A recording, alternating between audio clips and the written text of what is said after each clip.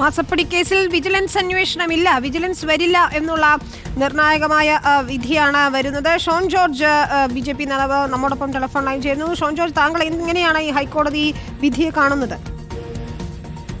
വിശദാംശങ്ങൾ അറിയില്ല. ഞാൻ നേരത്തെ പോലെ പറഞ്ഞിട്ടുള്ള കാര്യമാണ്. ഇപ്പോൾ PC ജോർജിനെ കുറിച്ച് അന്വേഷിക്കാൻ ഷോൺ ജോർജിനെ ഏൽപ്പിക്കുന്നതിന് തുല്യമാണ് പിണറായി വിജയന്റെ കീഴിലുള്ള വിജിലൻസ് ഡിപ്പാർട്ട്മെന്റിനെ കൊണ്ട് പിണറായി വിജയനെതിരെ അന്വേഷണം നടത്തുന്നത്. It's A foolishness. തീർച്ചയായും മാത്രമല്ല, ഇതൊരു കോർപ്പറേറ്റ് ഫ്രോഡാണ്. ഈ കോർപ്പറേറ്റ് ഫ്രോഡിനെ സംബന്ധിച്ചിടത്തോളം ഒരു വിജിലൻസ് കോടതിക്ക് വിജിലൻസ് ഡിപ്പാർട്ട്മെന്റ് അന്വേഷിക്കാൻ കഴിയുന്ന കാര്യങ്ങൾ പരിമിതിയുണ്ട്. അതൊരിക്കലും അവർക്ക് ചെയ്യാൻ കഴിയുന്നതല്ല. അപ്പോൾ അത് കൃത്യമായ ഒരു SFI അന്വേഷണം ഇവിടെ നടക്കുന്നുണ്ട്. ആ അന്വേഷണത്തിന്റെ ഡൽഹി ഹൈക്കോടതിയുടെ ഒരു വിധി കൂടി വന്നാൽ ആ അന്വേഷണത്തിന്റെ റിപ്പോർട്ട് പുറത്തു വരും. ഇതിന്മേൽ ശക്തമായ നടപടി തീർച്ചയായിട്ടും കേന്ദ്ര സർക്കാരിന്റെ ഭാഗത്തുനിന്നുണ്ടാവുമെന്ന് ഞാൻ വിശ്വസിക്കുന്നു.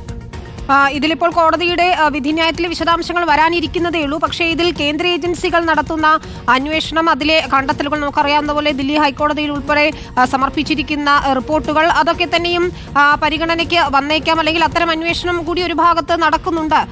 ഇതിൽ കള്ളപ്പണം വെളുപ്പിക്കൽ ഉൾപ്പെടെയുള്ള കാര്യങ്ങൾ ഉണ്ട് എന്നതുകൊണ്ട് കൂടിയാകാം ചിലപ്പോൾ വിജിലൻസ് അന്വേഷണം കൊണ്ട് അതിൽ കാര്യമുണ്ടാകില്ല എന്ന കോടതി നിരീക്ഷണത്തിലെത്തിയിരിക്കുന്നു. കോടതിയുടെ ഡീറ്റെയിൽ ഓർഡർ വന്നതിന് ശേഷം അതിനെ സംബന്ധിച്ച് ഞാൻ പ്രതികരിക്കുക. മാത്രമല്ല, കേന്ദ്ര ഏജൻസി നടന്ന അന്വേഷണം ഇതിന്റെ ഭാഗമല്ലല്ലോ. ഈ അന്വേഷണം അല്ലെങ്കിൽ ഇപ്പോൾ വന്നത് കോടതി വിധിയുടെ ഭാഗമല്ല. So it is going there. അത് നന്നായി അതിന്റെ വഴിക്ക് നടക്കുന്നുണ്ട്. അതിന്റെ റിപ്പോർട്ട് ഫയൽഡ് ആണ്.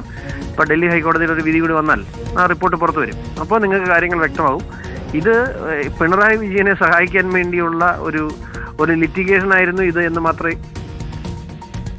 കാരണം കോൺഗ്രസും നിങ്ങൾക്കറിയാം, നിങ്ങൾ ഒറ്റ കാര്യം മാത്രം പറയുന്നു. ഈ മാത്യു കുഴൽനാടനെതിരെ, ഇതിന്റെ പെറ്റീഷനായ മാത്യു കുഴൽനാടനെതിരെ ഈ സർക്കാർ ഒരു വിജിലൻസ് കേസ് എടുത്തിരുന്നു. അതിന്റെ ചാർജ് ഷീറ്റ് പോലും കൊടുത്തിട്ടില്ല. 1.5 വർഷമായി. നിങ്ങൾ അതൊന്നും അന്വേഷിച്ചാൽ മതി. അപ്പോൾ നിങ്ങൾക്ക് കാര്യങ്ങൾ മനസ്സിലാവും. ശരി.